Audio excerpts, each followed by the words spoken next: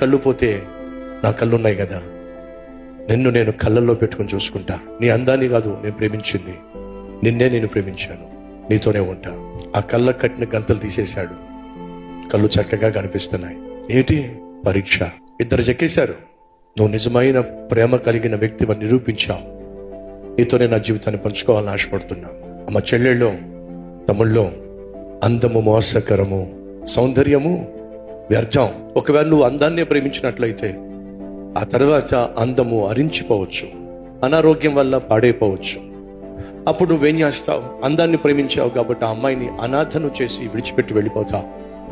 భర్తలో భార్య అందాన్ని ప్రేమించకండి, భార్య స్థానాన్ని ప్రేమించండి. భార్యలో భర్త సంపాదనను కాదు మీరు ప్రేమించాల్సింది, భర్త స్థానాన్ని ప్రేమించండి, భర్తగా గౌరవించండి. మీ హృదయంలో దేవుని ప్రేమను భద్రపరచుకోండి, దేవుణ్ణి భద్రపరచుకోండి. ఈ హృదయంలో ఎవరు పడితే వాళ్ళని రానివ్వకండి.